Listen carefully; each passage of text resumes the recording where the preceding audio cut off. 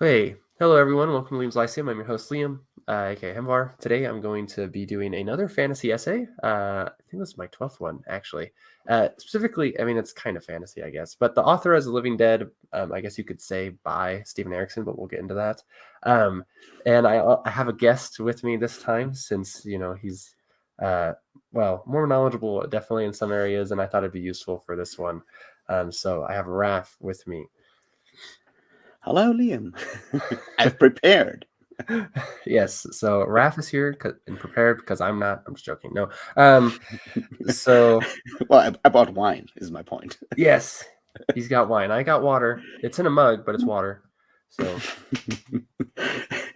That's where you can see that he's actually talking about the fantasy side of things, and I'm talking about the philosophies kind of things, because we need this to cover our despair.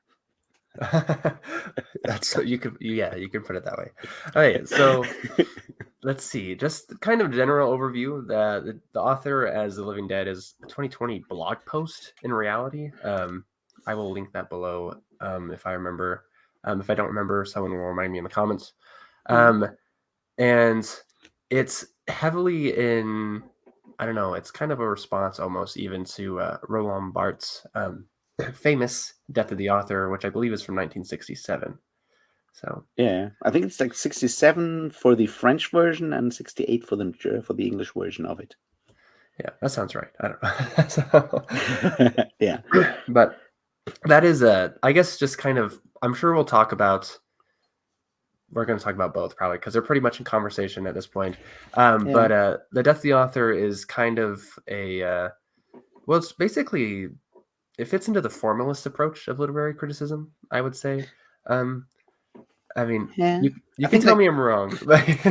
No, I think like like Roland Barthes, Death of the Author. I would argue is one of the most influential in a lot of ways Mhm. essays on literary criticism of the 20th century because it's short.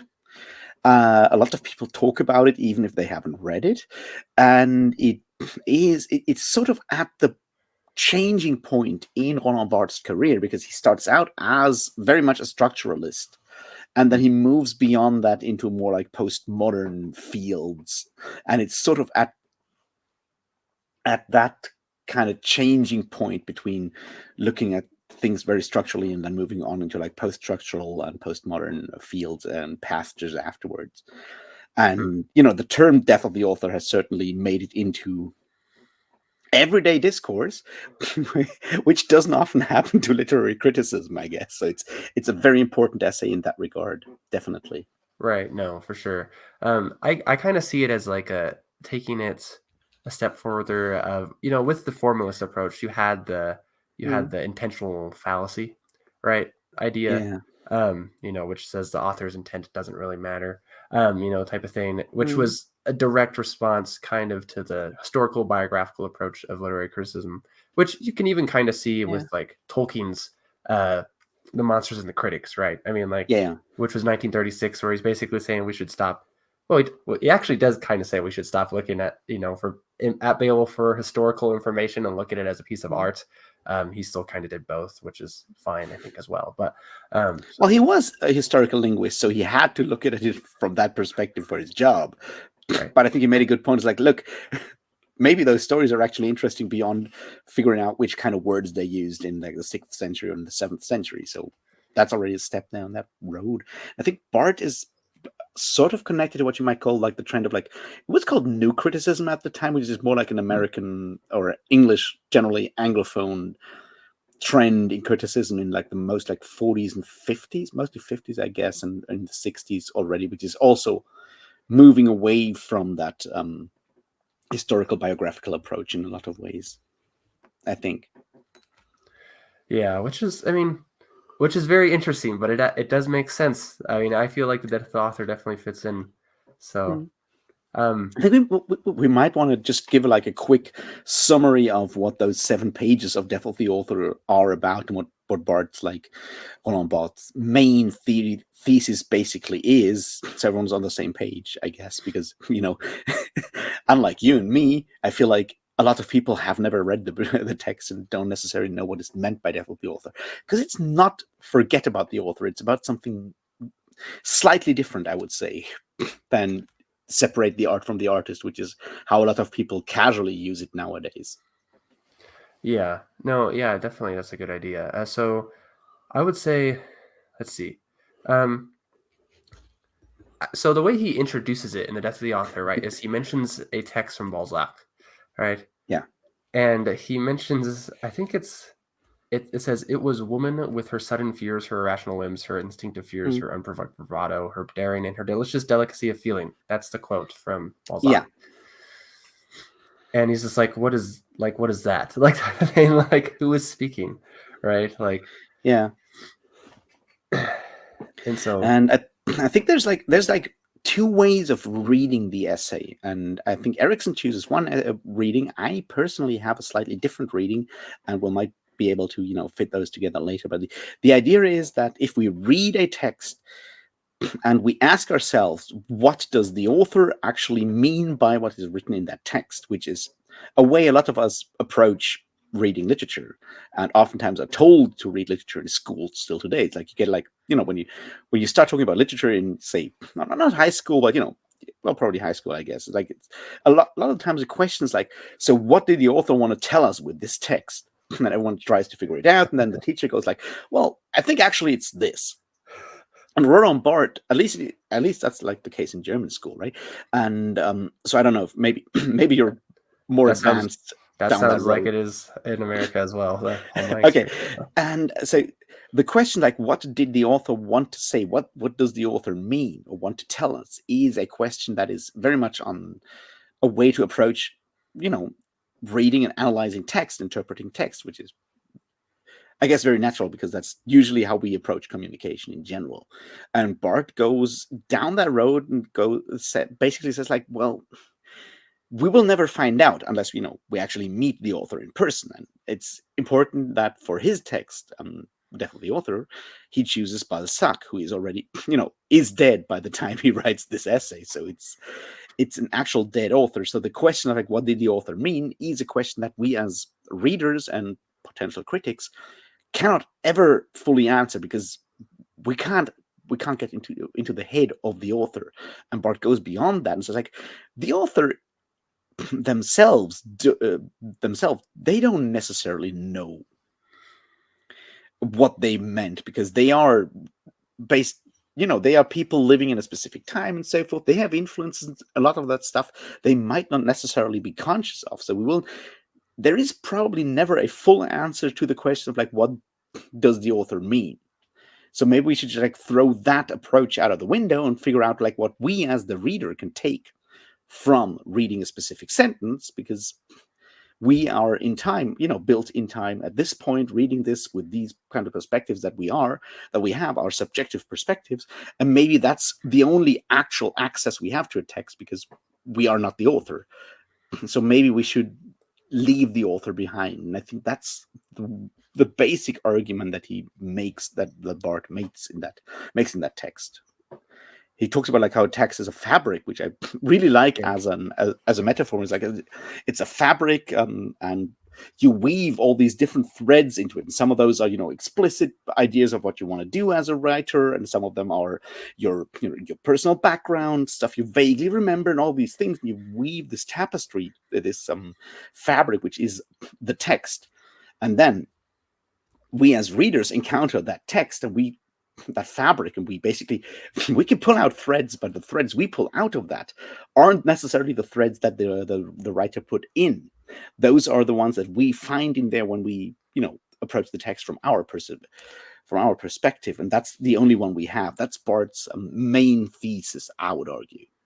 Right. Yeah. No, that's a really good summary of it. It is a really interesting, and since it is so short, honestly, I'll try to link that one below too, because it is available online as well. But Yeah. it's it's it's pretty good, right? He calls the author like composite kind of type of thing, more of Mhm. a mediator, right? So it's like Yeah. a modern invention, I think, at one point. So Yeah. yeah. So Well, he's right about the modern invention, and that's something that his colleague Michel Foucault kind of looked at in his essay, which is sort of a companion piece. Is like, what is an author? And Michel Foucault does usually look at like historical elements and puts them into, uses them to make like a larger argument. And he points out that the idea of an author as the one person responsible for a text is a fairly new one, connected to the invention of stuff like copyright in a way, Hmm. especially when we talk about fiction. And I think that's a very interesting point, because like the way he explains is like up to say pre-Enlightenment days, texts that need an explicit author as an authority, so to speak, were mostly medical texts or scientific texts. It's like Galen says this, or you know, different, especially with doctors, right? It's like with medical texts, it's very explicit, like Galen says this and that. So you trust that specific medical, procedure, because we know who actually invented it, or we think we know who invented it in a way. And Right. once the scientific method comes along, that idea goes away. It's like it doesn't matter who writes a scientific paper. We don't trust the idea of gravity because Newton invented it, so to speak. We trust the idea of gravity because it's, it follows the scientific method. We can kind of repeat the experiment of dropping apples on people's heads. And so there, the idea of author as an authority slips away. But at the same time, this is the very Foucault kind of thing there, right? Foucault goes like, you know what? At the same time, people started writing political pamphlets and other things that may cause us unrest in the population. So for those kind of texts, fiction, pamphlets, and so forth, the idea of an author suddenly becomes important, because you want to find out, or the system, that the state wants to find out, who is responsible for this text that makes everyone angry, so they can usually, clap them into irons and do whatever they want to do with them. Because before that, stories, myths, legends, stories that we have aren't necessarily, they just are there, and they gather weight by being stories that everyone knows. Like, no one asks who first told the story of Theseus in Athens. We don't know. We don't care. But like, everyone tells that story, and they gain weight and importance through the fact that they don't have an explicit author. But once we need to pin responsibility for texts on people to sanction them, then suddenly the author becomes important as a concept for fiction, for example, and political texts. And then with the beginning of capitalism, like the late 18th, early 19th century, the idea of copyright also gains a secondary, like a second, more positive quality. Suddenly you're not only the person who's responsible and, gets put into the pillory when people read your text and do something stupid. Suddenly you can also use that to maybe even make some little money from writing fiction. Not that authors ever made a lot of, but that's sort of where this idea of author comes from in fiction, is both from this double combination of being responsible for what you write, but also maybe being able to make, profit from what you write and stake a claim on what you have written in that regard. And I think that's an important aspect to the idea of like where the term of author comes from, that it is this double thing of like being responsible for what you write, but also being able to profit from it. And I think there Barthes kind of moves towards that when he says like it's a modern concept. Right. No, yeah, it's definitely a very interesting like breakdown of like looking at something that we just kind of take as, Yeah. as it is, right? And then like looking at it, I mean, and then looking at it in a way where it seems, right, he breaks it down Mm. pretty effectively, and he mentions a lot of stuff in such a Yeah. short like period. So again, like I think he ends up with comparing it to Greek tragedy, Yeah. with the duplicital meanings. Um, Mm.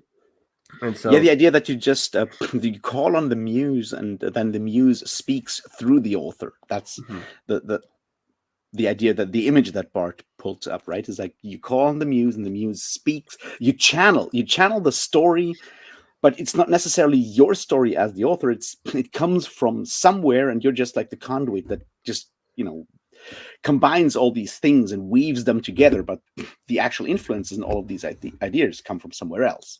That's, right. I think, No, that's the main point. Mhm. yeah, and it's pretty cool, right? I mean, like, and it's Yeah. something that makes sense, historically, right? Like, we look at Chrétien and Mallory, right? For Yeah. Arthur and a bunch of other people, of course, right? You're doing your Arthurian thing right now, but Yeah. so, but there's a lot of like that's like a communal thing. Like the story itself is something you shape, right? Even like in Yeah. Old English, the idea of a shaper, right? Yeah. Essentially. instead of Yeah. an author so much. Yeah, So it's really funny with Mallory because so many times in Mallory he goes like, "As is rehearsed in the French book," and it's obviously spelled atrociously in there. So it's as it, and it's like, what's the French book? Is he talking about Chrétien? We don't know. It might be Boron or like the prose up, but it's in a French book, and it gains weight and authority by being in an older text. And right. everyone already knows. I'm just retelling this tale. It's already Yeah. there. Yeah, and we still like Mallory though for that, just like we still like Shakespeare, even though he had like very few original ideas. So like, right, and so I mean, even getting rid of the author in the sense that we generally think of it as, like, Yeah. it doesn't mean the books we like suck now or Mm. something. Like we can't say, oh, Stephen Erikson's cool, right? Because I like Malazan, but so like we can still say that, I feel like, right? Hmm. So but that kind of gets into the author as living dead, right? Where Yeah.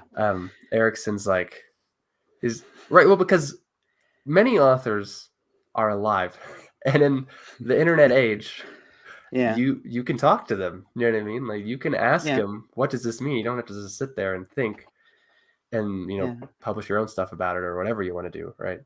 Um, Yeah. and so it's very interesting. It's very um, Yeah.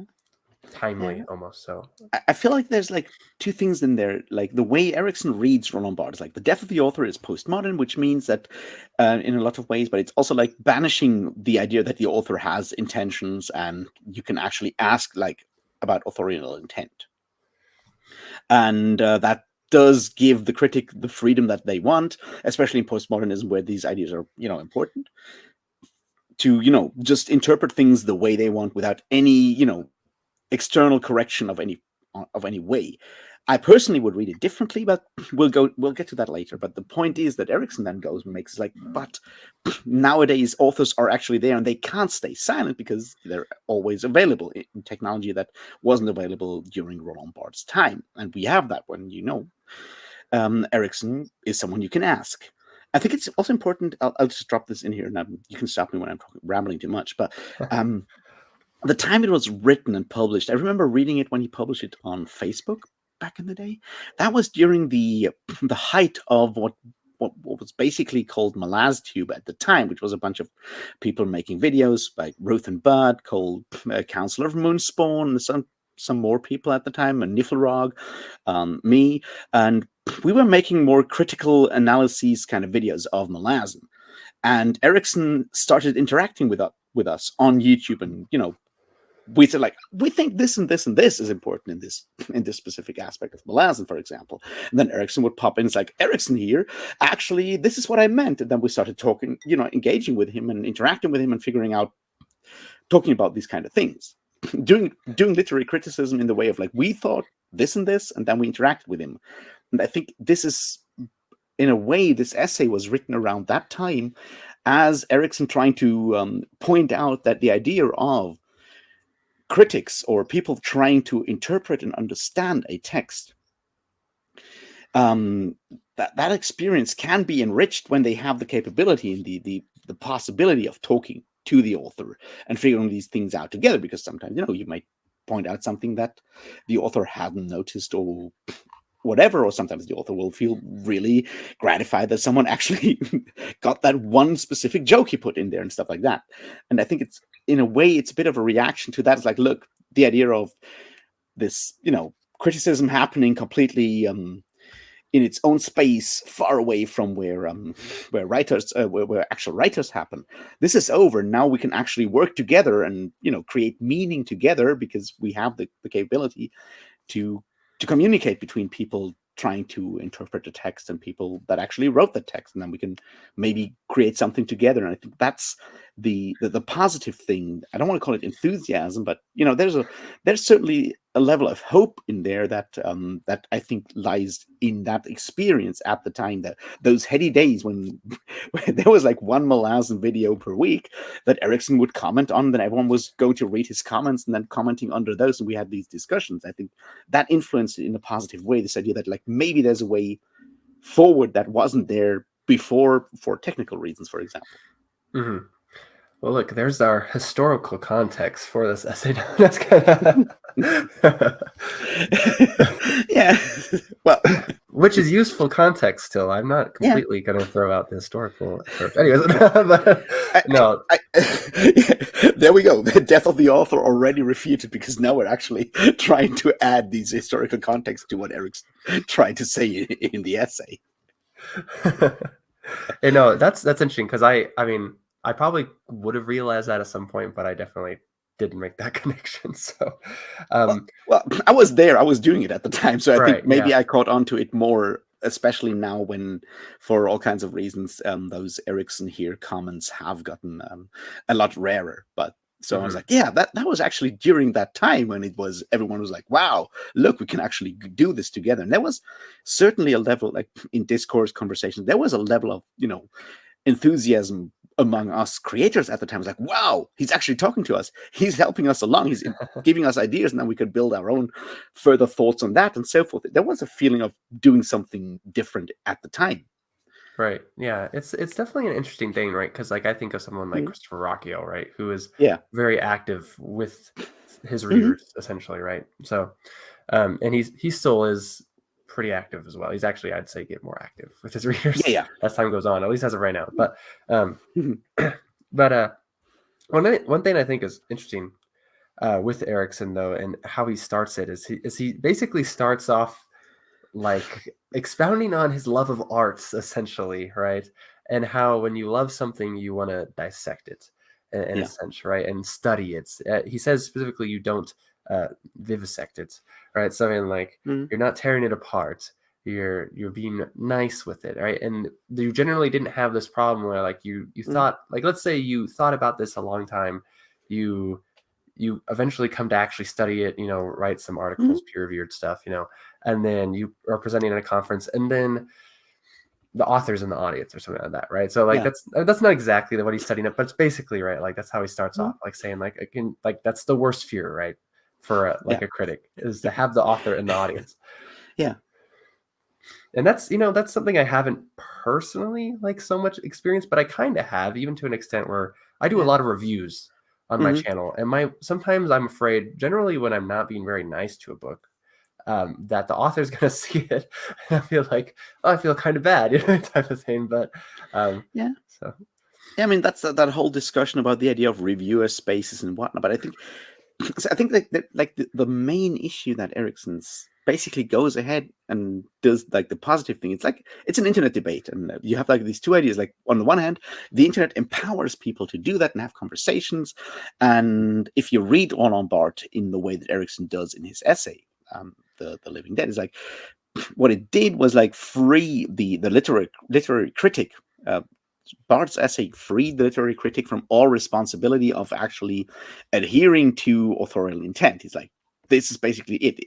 Literary critics could go and write and decide and interpret whatever they wanted without the mhm, fear of someone barging in and telling them, but that's wrong, because all that matters is their own interpretation, which is why he puts up that image of like the shirt is blue, and that could mean that the shirt is red. It could also mean that there was no shirt and the person was like freezing, and that's why you say the shirt is blue and stuff like that.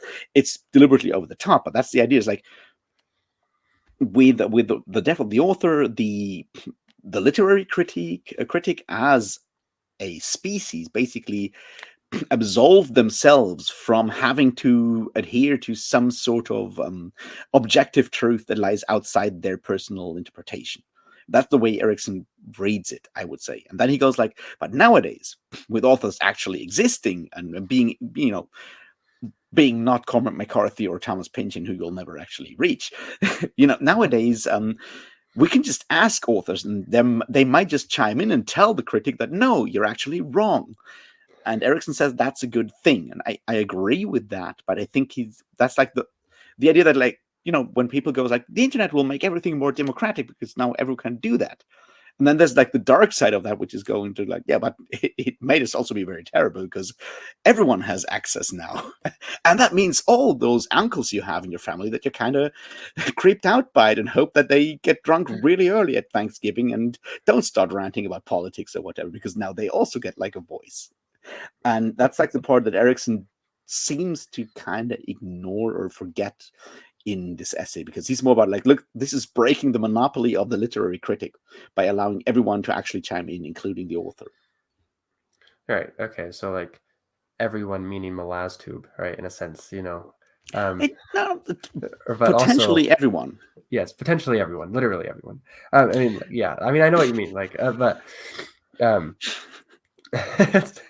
Now, I think it's important to understand that like he's not necessarily just talking about Malastube. It's a good example because it's uh-huh. exactly what happened at the time. It's like nowadays everyone who has access to the internet, which is probably around 6 billion people of those 8 billion that we have on this planet, has a voice and a platform to actually talk about something and can voice their opinion, and that includes the author. And they can maybe check with the author if their idea is correct, and that leads to something new in a way that we didn't have before.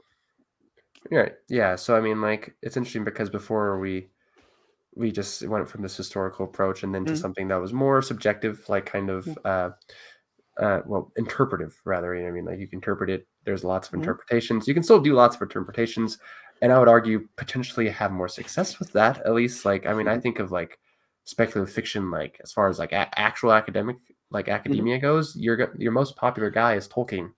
He's dead. So I mean, like, um, right. yeah. So I'm sure you have some for Erikson. I'd imagine. You know what I mean. But most I've read, of course, are from dead authors. So Well, the ones they really tend to love in current debates, I guess, are people like Nalo Hopkinson is really, really popular with people discussing fantasy right now. huh. It's not necessarily people that are widely discussed on BookTube, though. Right. Yeah. No, definitely. It's very different people, but there's enough alive people that are talked about and interact Okay. with them. You know, people like N.K. Jameson is someone like Okay. N.K. Yeah. Jameson is certainly beloved by critics and scholars because there's stuff to argue about. Yeah, that's true. Yeah, Mm, I've never read anything. Oh, I've read some of her works, but I've never read like any like mm. critical approach to them or Um, anything. So, but mhm. I think like one thing that I want to point out though, which is sort of where my issue with Erikson's reading of Bart comes in, because I feel Roland Barthes at the time was doing something similar, or on you can read it that way, on a similar mission that Erikson is in his essay. Because when we come back to the idea that there is a definitive answer, a definitive interpretation of a text, which is the authorial intent, and you talk about, you know, either dead authors or authors that are very difficult to access, to have like any access to, mhm.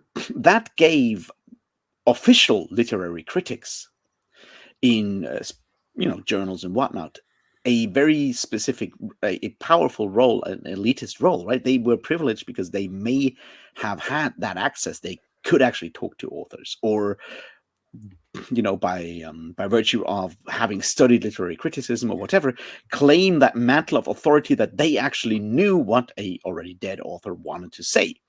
And you can read it in the way that Barth tries to break that elite power, break that privilege of so-called, literary critics and literary experts who claim to know exactly what Balzac means. And they're like, yeah, but you don't know either because you haven't talked to him. And just because you studied it for years doesn't make your opinion that valuable compared to someone reading it for the first time, because their opinion is also valuable because there's no definitive answer. We can't go and ask Balzac. So I I personally tend to read Bart in that direction where he goes like, actually, it's a revolutionary idea. It's like trying to break that monopoly in a way that certified critics sometimes had at the time.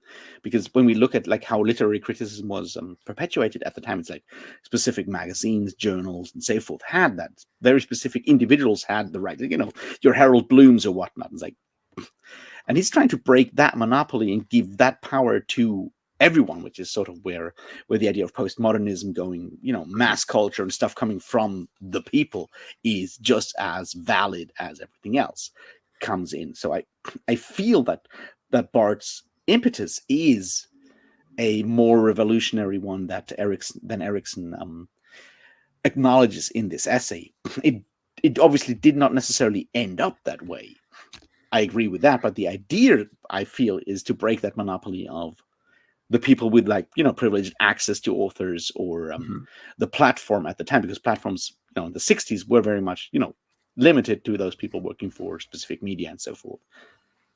Right. Yeah. And that's definitely an interesting look at it, because I mean, it seems like that has kind of been broken, right? I mean, like, because I, Yeah, I look at BookTube and I think almost none of these people have any criticism, like actual accolades. You know what I mean? Like, they've maybe taken one basic English class that goes over some stuff like that. Like, I can tell uh, you, I haven't. yeah, right. So, I mean, I haven't really taken much myself. I wouldn't sit here and call myself a critic by any means, but Well, that's the point. You can read a text and then you can think about it and build opinions on what you want to find in that text.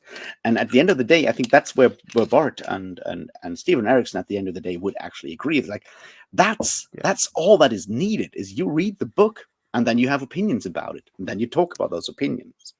right, yeah. So he calls for like a recontextualization, right? So I mean, Mhm. because the way you make it sound like, right, is that Bart and Erickson are agreeing, um, and then but to make sure that we like know that kind of in a sense, like Yeah, that it's open, you know what I mean, in a sense, right? yeah. Like, um, and that basically everyone can have this voice, and including the author in a sense, right? Hmm. Like you can go and ask the author, you know what I mean, in a lot of cases. In some cases you can't, you know what I mean. Sometimes they're dead, sometimes they're older, they're recluses or something, right?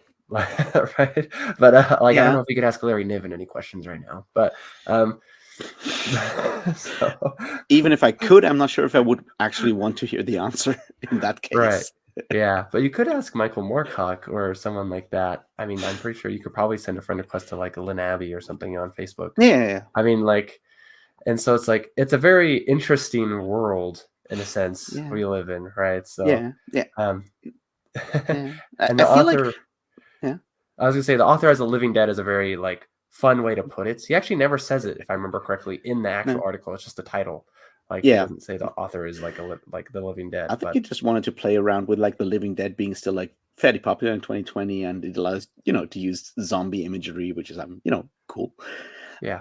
I think, like, one thing that I feel like could have been explored more is, and he kind of hints at that, is like, what does it actually mean that, like, if everyone can have both an opinion and a platform, but Hmm. the author comes in and says, like, that's actually what I wanted to do with this text.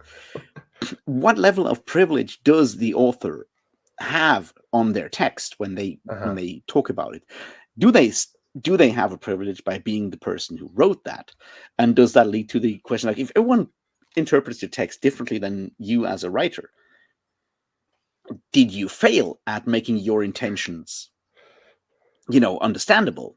Is that a kind of failure? And if everyone interprets your text one way, but you wanted it to be read a different way, can you then overrule their interpretation? Or should you, communicate about the question, like, why do people read it in a different way? Why do people, he does kind of leave that open, but I think that's where, like, the really interesting bit is, like, how do we actually move forward if we want to use literature as an ongoing dialogue between critics and writers that also are critics, because all writers are critics somewhere in there, I guess, because all writers read other books, and as soon as you read a book and think about it, you're basically a critic, even if you don't write it Mhm. down or put it on the internet, right? It's like, how do we move forward in that, now that a more or less level dialogue between the writer and the reader is, at least in theory, possible? How do we move forward from that? And how do we incorporate that in a general idea of, like, how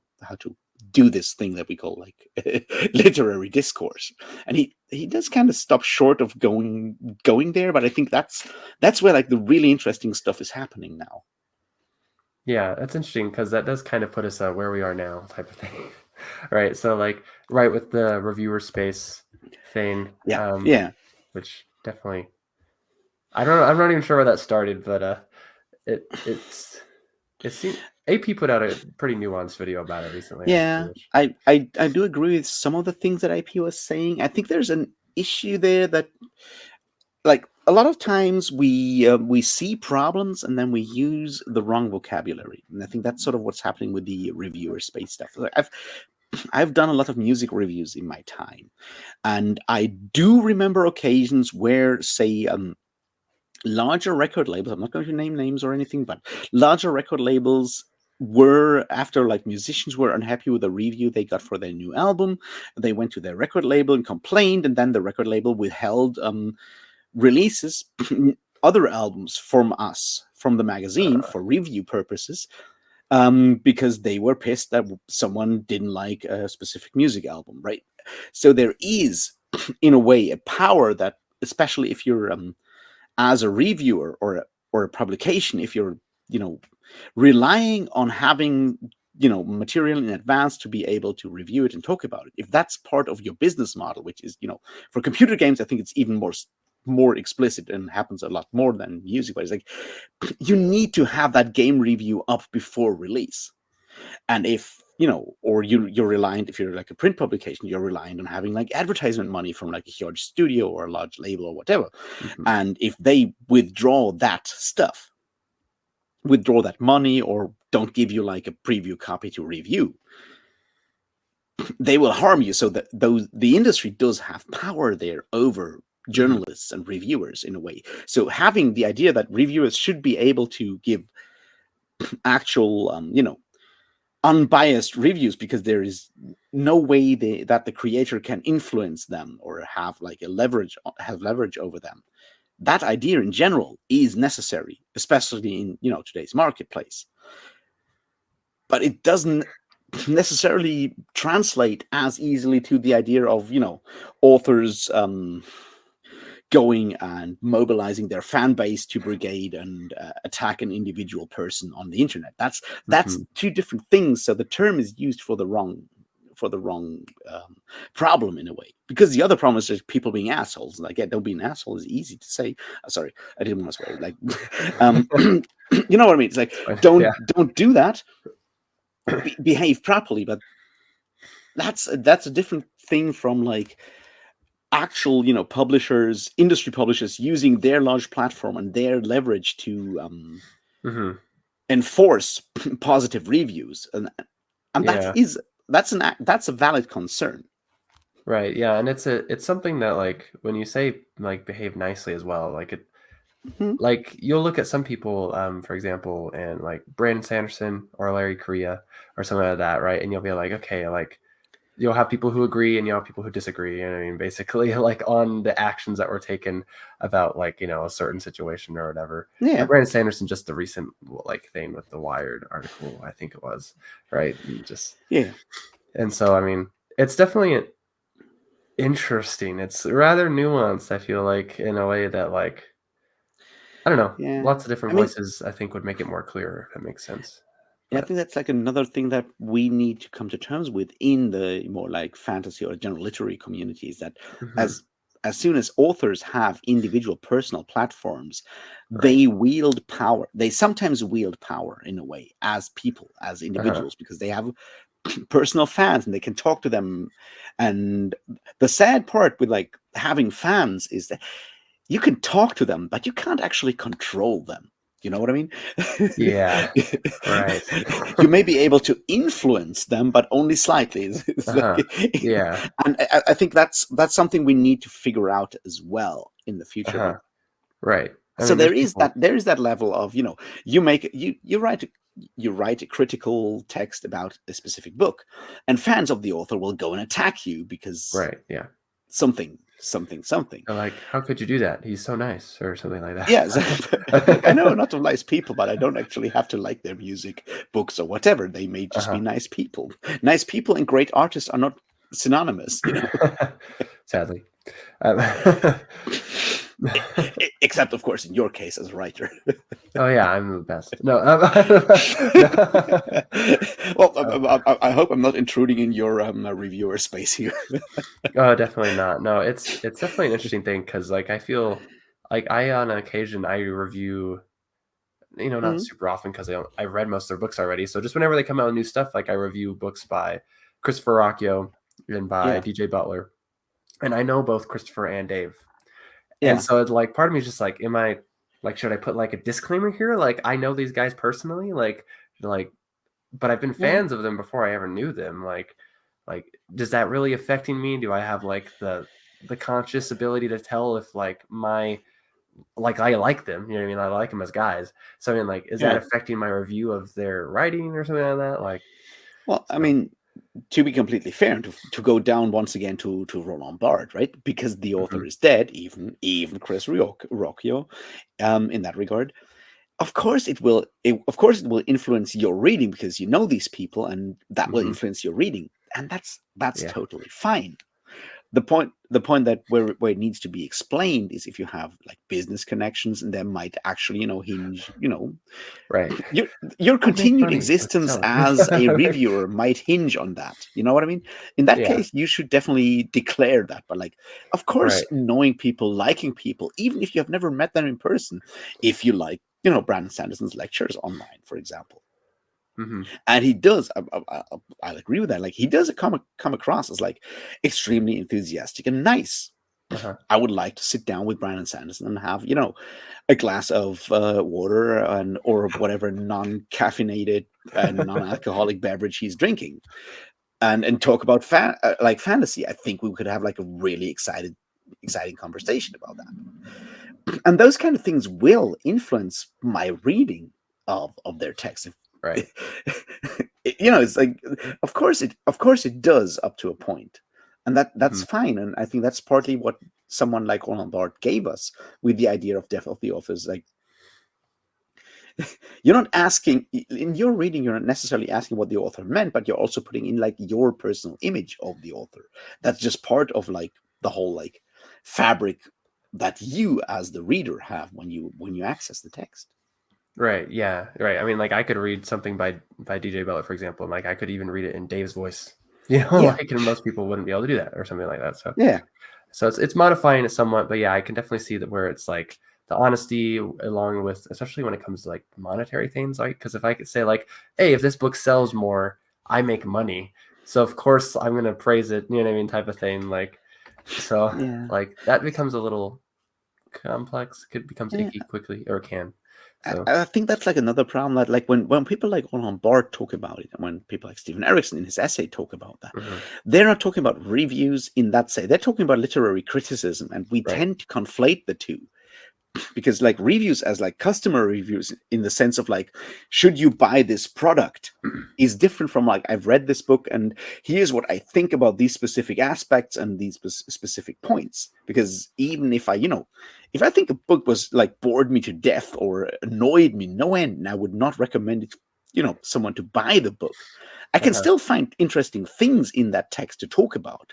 And those two things unfortunately get conflated in today's um, media landscape by the term review in a way, which I is mean that's like in true. Germany, it does kind of work because we use quick as that, we use the word review mostly for like those customer reviews, like 5 stars, Mhm. 4 stars, whatever on Amazon or whatever.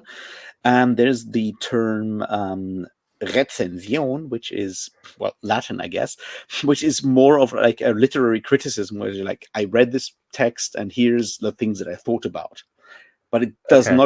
it does not lead to the by like thumbs up, thumbs down, you know Colosseum arena style of like, should you buy this or not. It's more like, Right. here's the points that I found interesting.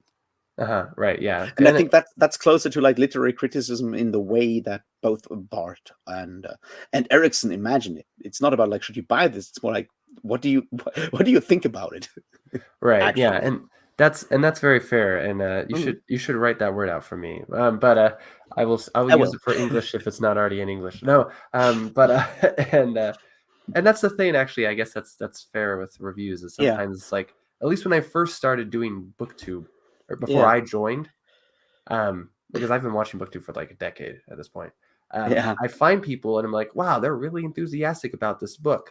But I realized this in the hard way actually because I didn't realize I was kind of young and dumb, and so I realized in the hard way not just that they didn't actually tell me anything about the book that I would enjoy it or not. They just basically said they liked it and they were all mm, gush woohoo, and animated because it sells their Yeah. videos in a sense, right? And then I realized that I didn't care about their opinions when I read the books they were saying are awesome. I'm like, this is pretty mediocre, right? So I mean, like, Yeah. and so like I try to be like pretty like kind of formal in my reviews, but also say Yeah. like I liked it or not. That's that type of thing, right? Or like one book I recently read, I didn't like it. It didn't work for me, right? But I tried to say that I mean, it is sword and sorcery. Some people just like sword and sorcery anyways, right? Some people will like the Mesoamerican setting, type of thing. Like, but I didn't want to just go in there and say I hated it, type of thing, or like, oh, it's so cool because it's Mesoamerican, or something like that. Like, and so I think the more information you can get is generally the Yeah. better, in some sense. So Yeah. you And I can get think a lot. that's You can get a lot of yeah. information about a book without being spoiled on it too. Yeah, that's like a whole other thing, but I think that's partly what has gotten lost. And I don't want to go down that pathway today, but like it's partly of like how so much of our current discourse is about like boiling it down to that like binary decisions, like buy or not buy. It's like that's that might be interesting if you're talking about, buying a new toaster. Should I buy this toaster or this one, or should I buy this new hairdryer? But books aren't toasters. Books aren't hairdryers. They do carry ideas and meaning in a way that tools not necessarily do, and that gets Right. lost if you boil it down to like a buy or don't buy. Yeah. And that's, I think, what is important when people like Erikson or Lombard talk about it. They don't talk about that. They talk about like what people take out of a book and what they think the book tells them. Like, Yeah. we're talking about meaning and not about function here. Yeah. And that even goes back to that dirty word escapism, right? Like, and it's like, because and for me, right, when I'm thinking about a book, I want to be Mhm. primarily entertained normally, right? When I'm thinking about fiction, at least. And then Yeah. secondarily, I want to be thinking about it, right? Like I want to be Yeah. thinking about it, learning, or at least processing it, right? You know what I mean? Yeah. When I read nonfiction, I want to be primarily processing it, and gaining some new knowledge, right? And then maybe Yeah. entertained. It's kind of hard sometimes. I was reading about the Northern Crusades and about like Poland and Sweden and Finland and Germany, and I was like, this is kind of boring, but it's giving me a lot of information. So like, Well, I mean, the headquarters of the Teutonic Knights for the Baltic Crusades was here in Marburg, where I live. So yes, nice. it's not very boring if you actually had like a student party in their headquarters. That's pretty metal. No, that's so. It's actually pretty cool. It's like now it's the Department of Geography, and they still have like the vaulted cellar down there, which has like a ramp where they used to drag down the slaughtered oxen to then like put like the entire oxen on a spit. So there's like an actual like ramp down into the cellar, because you can't carry an oxen down like a stair. It's not exactly feasible. Right.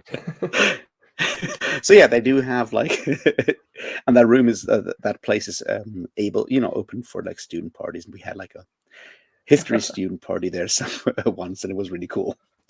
Party like it's a 1100 or something. Exactly that. No, it's more like 1300, but yeah, it's like party Okay. like Yeah. 1300. Nice. Okay. Yeah. Well, Yeah. I don't want to make this video too long. We just hit 48 minutes. But do you have like any final thoughts? I think we covered it pretty well. I would encourage, since both of these are rather short, to Yeah. go read Barthes and Erikson's words, and Yeah. then join the conversation, so to speak. So I would agree with that, and think about it like from both sides, and think about what it means to actually look for meaning and ideas in texts, and how much input from someone else you actually need to build your own opinion. And I think that's at the heart of that, the idea of like, who tells you what something means. Is that you? Is that someone else? Or do you establish that in like an actual conversation with other people? And I think those are like the three options on the table, basically. And to go full on Hegelian, I would say, where you start out with like privileged critics tell you what to think, Barth goes, no, you have to think, and then mhm. Erikson builds the synthesis of those two, the thesis and antithesis, and goes like, actually, we could kind of work on this together now, because we can actually the technology has given us an ability to actually talk about that, in conversation will always lead to better results than just thinking on your own or just listening to someone. That's a great way to summarize that. I will put that on a plaque and hang it above my computer. But anyways, thanks, Raph, for joining me. Well, thanks, Um, Liam, for having me. It was great. yeah, it's been fun. So, anyways, this again, I think it's like the 12th essay looked at. So, but anyways, Liam, I A assume. dirty dozen of literary essays by Yes, fantasy I know. writers. It's great. This is definitely it. They're all very different, which is one thing I like. So, but Yeah. That's like something I realized recently that I really appreciated. I'll just like drop this in quickly. I was reading about the term literature when it kind of started, and that it was back to the romantics that you are studying. The idea that literate writers that embody, like that incorporate their version of literary criticism and theory and ideas like how to do literature in the actual text that they're writing, and the idea that it's an ongoing conversation, and writing texts and writing stories is part of moving that conversation forward, I think is sort of what we're all doing here. We're yeah. trying to figure this out, and it's an ongoing process. No, yeah, I can get behind that. That's what my own writing is. So, Yeah. but anyways, yeah. But we'll catch you next time. So, cheers, as they say.